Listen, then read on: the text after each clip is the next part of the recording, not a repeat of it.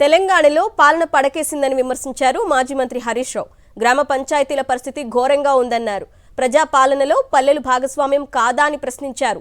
BRS హయాంలో గ్రామాలు అభివృద్ధి చెందాయన్నారు. కానీ కాంగ్రెస్ ప్రభుత్వంలో పారిశుద్ధ్య కార్మికులకు చోటు లేదా అని అడిగారు. బిల్లులు రాక సర్పంచులు ఇబ్బందులు పడుతున్నారని తెలిపారు.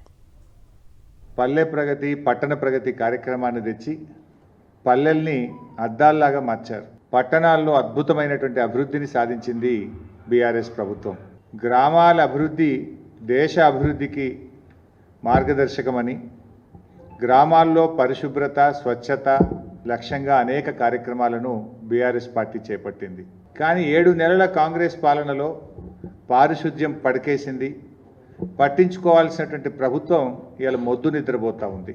7 నెలల్లో గ్రామ పంచాయతీలకు కాంగ్రెస్ ప్రభుత్వం వచ్చిన తర్వాత 7 పైసలు కూడా విడుదల చేయలేదు. Not even a single pi.